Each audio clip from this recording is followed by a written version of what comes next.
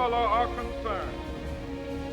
Instead of honoring this sacred obligation, America has given the Negro people a bad check, a check which has come back marked insufficient funds.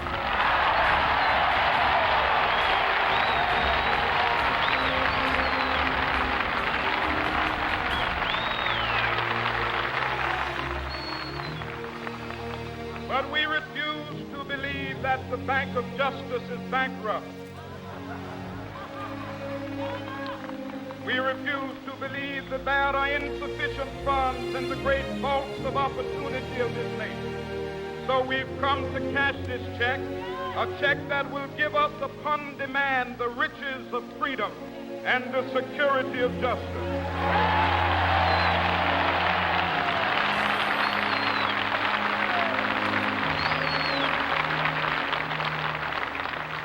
We have also come to this hallowed spot to remind America of the fierce urgency of now. This is no time to engage in the luxury of cooling off or to take the tranquilizing drug of gradualism.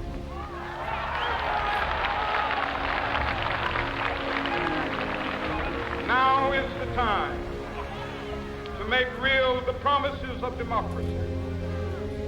Now is the time to rise from the dark and desolate valley of segregation to the sunlit path of racial justice. Now is the time to lift our nation from the quicksands of racial injustice to the solid rock of brotherhood. Now is the time. Make justice a reality for all of God's children. It would be fatal for the nation to overlook the urgency of the moment. This sweltering summit of the Negro's legitimate discontent will not pass on many qualities. 1963 is not an end, but a beginning. Those who hope that the Negro needed to blow off steam and will now be content will have a rude awakening if the nation returns to business as usual.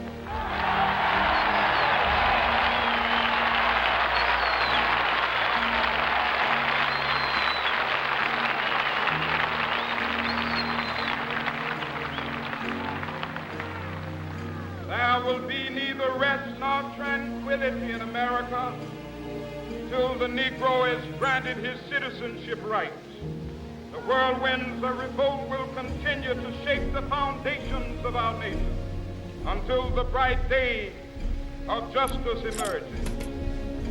That is something that I must say to my people who stand on the warm threshold which leads into the palace of justice. In the process of gaining our rightful place, we must not be guilty of wrongful deeds. Let us not seek to satisfy our thirst for freedom by drinking from the cup of bitterness and hatred.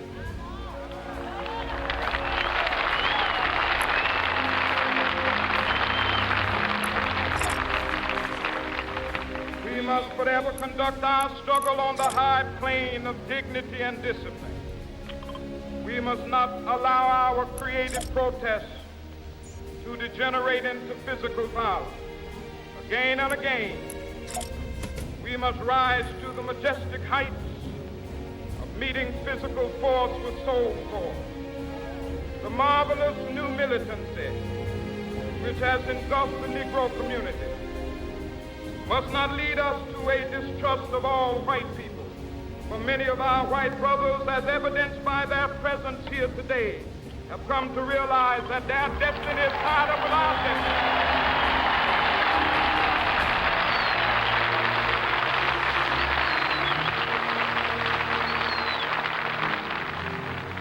They have come to realize that their freedom is inextricably bound to our freedom. We cannot walk alone. As we walk, we must make the pledge that we shall always march ahead. We cannot turn back. There are those who are asking the devotees of civil rights, when will you be satisfied?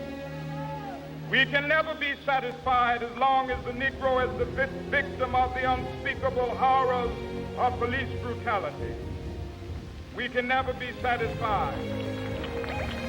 As long as our body is heavy with the fatigue of travel, cannot gain lodging in the motels of the highways and the hotels of the city.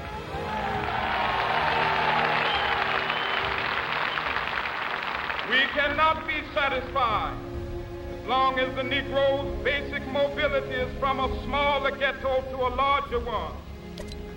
We can never be satisfied as long as our children are stripped of their selfhood and robbed of their dignity by signs stating for whites only.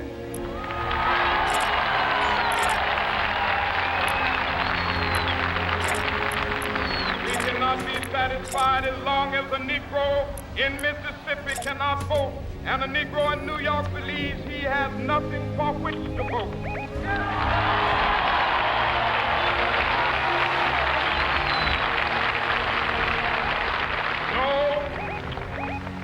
No, we are not satisfied, and we will not be satisfied until justice rolls down like waters and righteousness like a mighty stream.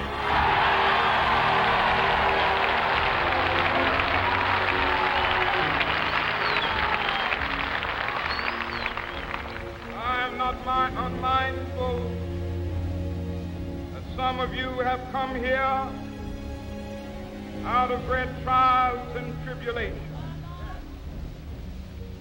Some of you have come fresh from narrow jail cells. Some of you have come from areas where your quest for freedom left you battered by the storms of persecution, staggered by the winds of police brutality. You have been the veterans of creative suffering. Continue to work with the faith that unearned suffering is redemptive.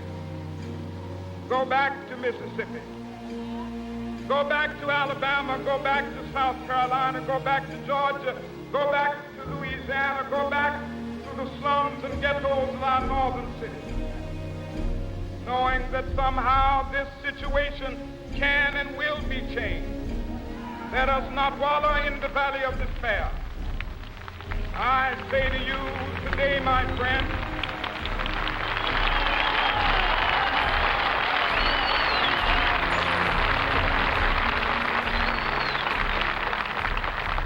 so even though we face the difficulties of today and tomorrow, I still have a dream. It is a dream deeply rooted in the American dream. I have a dream that one day this nation will rise up, live out the true meaning of its creed. We hold these truths to be self-evident, that all men are created equal.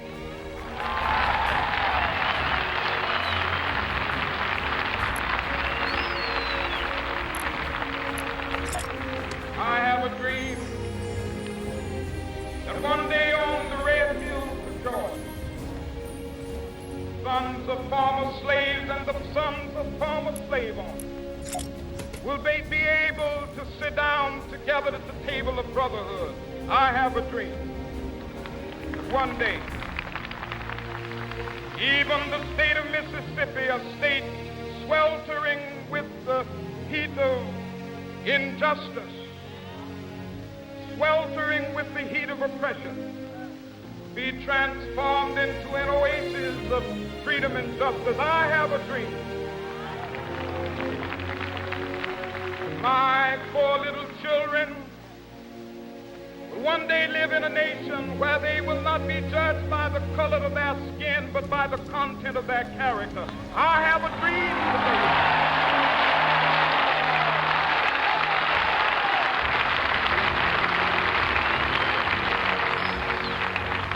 I have a dream that one day,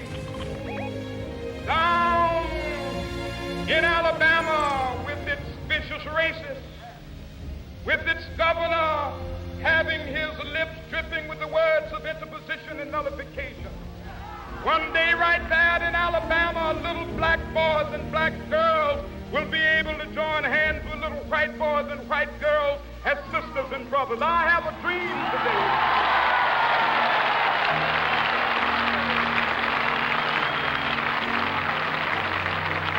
I have a dream that one day every valley shall be exalted. Every hill and mountain shall be made low, the rough places will be made plain, and the crooked places will be made straight, and the glory of the Lord shall be revealed, and all flesh shall see it together. This is our hope. This is the faith that I go back to the South with. With this faith, we will be able to hew out of the mountain of despair a stone of hope. With this faith, we will be able to transform the jangling discords of our nation into a beautiful symphony of brotherhood.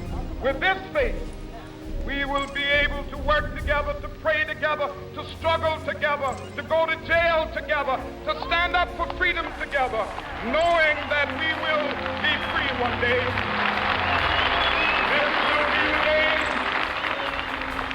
This will be the day when all of God's children be able to sing with new meaning, my country, tears of thee. Sweet land of liberty, of thee I sing. Land where my fathers died, land of the pilgrim's pride. From every mountain freedom rings, from the prodigious hilltops of things of New York. Let freedom ring from the heightening Alleghenies of Pennsylvania. Let freedom ring from the snow-capped Rockies of Colorado. Let freedom ring from the curvaceous slopes of California. But not only that, let freedom ring from Stone Mountain of Georgia. Let freedom ring from Lookout Mountain of Tennessee. Let freedom ring from every hill and molehill of Mississippi, from every mountainside. Let freedom ring, and when it happens, when we allow freedom ring, when we let it ring from every village and every hamlet, from every state and every city, we will be able to speed up that day when all of God's children, black men and white men, Jews and Gentiles, Protestants and Catholics, will be able to join hands and sing in the words of the old Negro spiritual.